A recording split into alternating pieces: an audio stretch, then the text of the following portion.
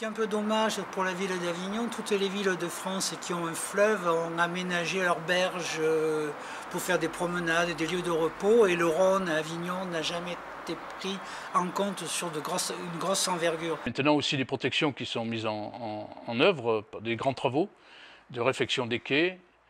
Et ça aussi, ça participe aussi à la fois de la protection, mais aussi de la sensibilisation, enfin de la redécouverte du fleuve.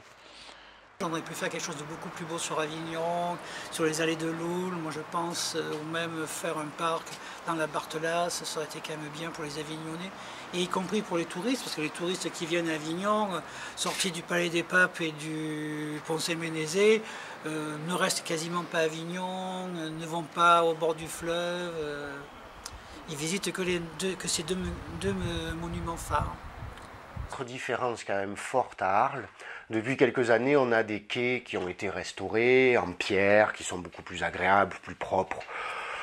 pour aller se promener, pour la contemplation, et là c'est clair que depuis 2-3 ans on voit des gens limite en maillot de bain qui sont assis au bord de l'eau, les pieds dans l'eau, et ça il y a 5 ans ça n'existait pas. Donc là aussi il y a peut-être un petit déclic sur le lien qu'entretiennent les jeunes générations avec le fleuve d'aujourd'hui. Actuellement, il y a, sur les quais d'Arles, qui sont nouvellement construits, ils ont oublié de faire des escaliers, par exemple, qui descendent au niveau du fleuve. Il faut qu'ils fassent ça, déjà pour des raisons de sécurité. Si quelqu'un tombe dans l'eau